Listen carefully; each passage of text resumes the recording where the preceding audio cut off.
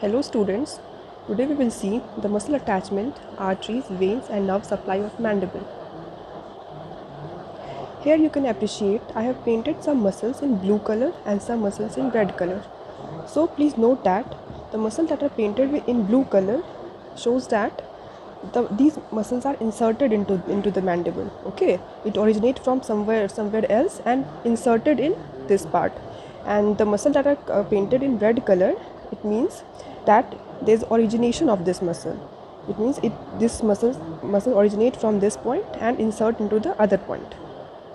So let's start. You can appreciate this muscle. This is the buccinator muscle. Buccinator muscles, it lies on the lateral side of the body and gives origin to the buccinator muscle. Okay, this oblique line gives origination to the buccinator muscle. And in front of this muscle, you can appreciate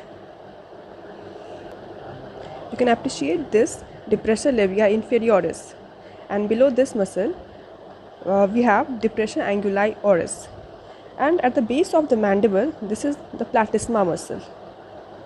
Okay, this is buccinator muscle that lies on the oblique line and extend till the first molar, and below this we have depressor labia inferioris, and below depressor labia inferioris we have depressor anguli oris, and at the base we have platysma muscle.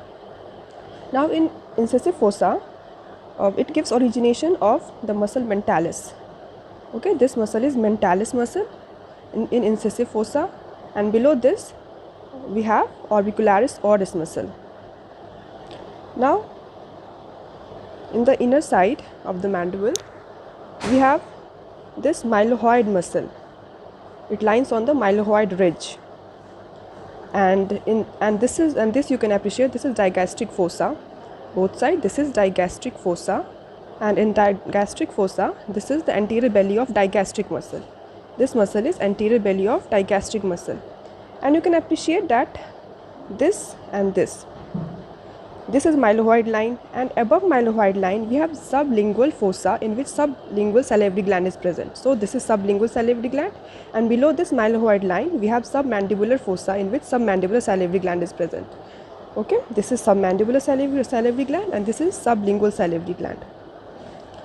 Now come to the muscle that are inserted into the mandible. So first we have the masseter muscle. Masseter muscle inserted into the ramus of the mandible. Okay, the ramus of the mandible. Then we have the temporalis muscle.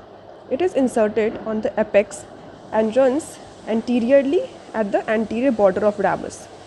Apex of the coronoid process and runs at the anterior border of ramus. This muscle is temporalis muscle.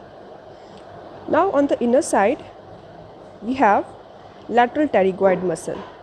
In the pterygoid fovea there is insertion of lateral pterygoid muscle, and on the inner side, that is on the medial side of the ramus, at the angle we have medial pterygoid muscle. This muscle you can appreciate, medial pterygoid inside the angle. Now come to the arteries and veins and nerve supply. First, a very important nerve, that is inferior alveolar nerve, passes through mandibular canal. You can appreciate this is mandibular canal and this is inferior alveolar nerve. It passes through this canal,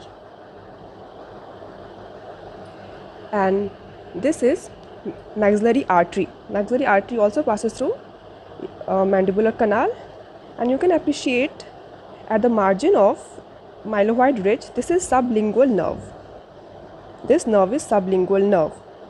It not passes through the mandibular canal, but below the mylohyoid ridge. It is not in the canal but outside the canal.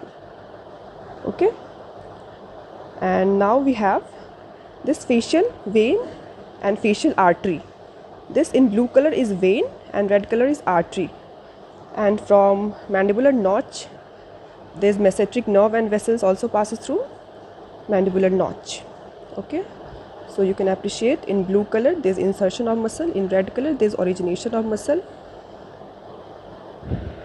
Here you can see the genial tubercles. So we have 4 genial tubercles, 2 upper genial tubercles and 2 lower genial tubercles. So the upper genial tubercle give origin to the genioglossus muscle and 2 lower genial tubercles give origin to the geniohyoid muscle. Okay, that's it.